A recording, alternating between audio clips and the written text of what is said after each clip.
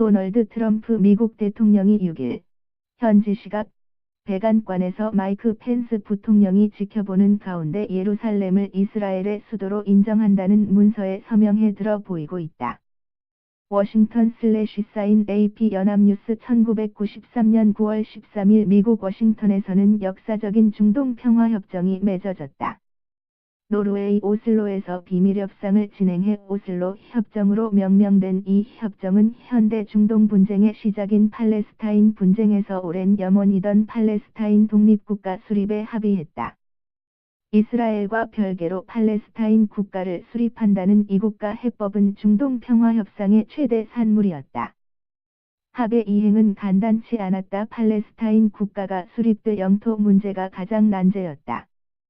쟁점은 두 가지였다. 첫째는 팔레스타인 국가가 수립될 서안과 가자 지구에서 이스라엘 정착촌 문제였다.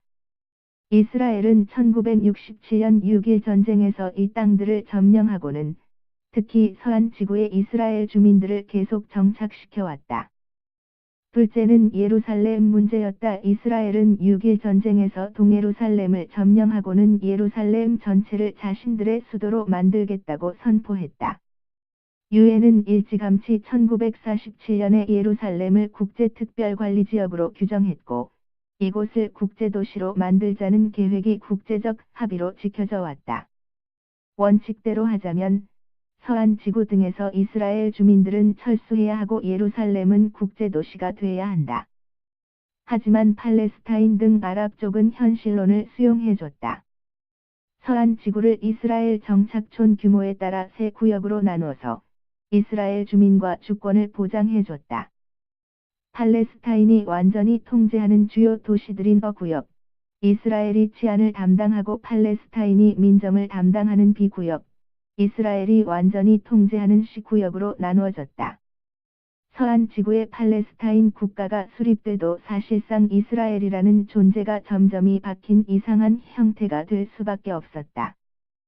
더 큰 문제는 이스라엘이 장악하는 C구역이 서안 지구 전체 면적의 3분의 2가 된다는 것이었다.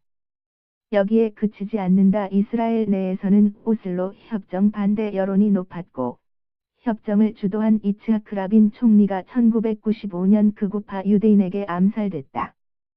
이때부터 오슬로 협정은 사실상 휴지로 변해갔다. 라빈 암살 뒤 오슬로 협정을 반대하던 강경우파 베냐민 네타냐후가 총리가 됐다. 이스라엘은 서안 지구에서 정착촌 철수는 고사하고 확대에 나섰다. 서안 지구의 유대인 정착촌 행정위원회 산하 예세아위원회에 따르면 2014년 6월 현재 서안 지구 내 공식 인가된 이스라엘 정착촌은 121개이고 이스라엘 시민 38만 2,021명이 거주한다. 동예루살렘에는 30만 명의 이스라엘 시민, 아랍계 시민 포함이 거주한다.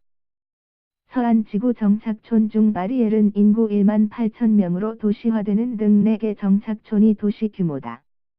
서안 지구는 이스라엘 정착촌을 둘러싼 분리장벽, 그리고 이 정착촌을 연결하는 보안도로, 도로 양쪽에 장벽 설치들이 거미줄처럼 그어져 있다. 팔레스타인 주민들은 그 정착촌과 이를 잇는 도로들로 완전히 분절되어 있다. 지금까지 이스라엘의 행태는 서안 지구에 점점이 정착촌을 알박기 해서 이를 확장해 결국 서안 지구를 이스라엘의 영토로 굳히려는 것으로밖에 볼 수 없다. 그럼 팔레스타인은 어떻게 되나? 지중해의 면한 폭 11, 길이 40의 가자 지구에 팔레스타인을 몰아넣는 것이다. 인구 185만 명의 인구 밀도가 1당 5,046명인 가자 지구는 거대한 수용소다. 팔레스타인 독립국가는 가자 지구에서 팔레스타인 독립국가가 세워지든 말든 이스라엘은 별 상관하지 않을 것이다. 시간은 이스라엘의 편이다. 도널드 트럼프 미국 대통령이 지난 6일 예루살렘은 이스라엘의 수도라고 인정한 선언은 이스라엘에 유리한 시간을 더 벌어줄 것이다. 평화협상의 진전과 타협 가능성은 더 멀어지고 그동안 이스라엘은 서안 지구에서 정착촌을 더 확장할 것이 분명하다. 평화협상이 다시 타결돼도 그 결과는 확장된 정착촌을 인정하는 현실에 부딪힐 것이다. 중동 평화협상의 역사는 이스라엘이 무력으로 조성한 현실을 인정하고 팔레스타인의 양보를 계속 요구하는 것이었다. 트럼프의 논리도 그것이다. 트럼프는 예루살렘이 이스라엘의 수도라는 것을 사실로 인정하는 것이 평화를 달성하는 데 필요한 조건이라고 말했다.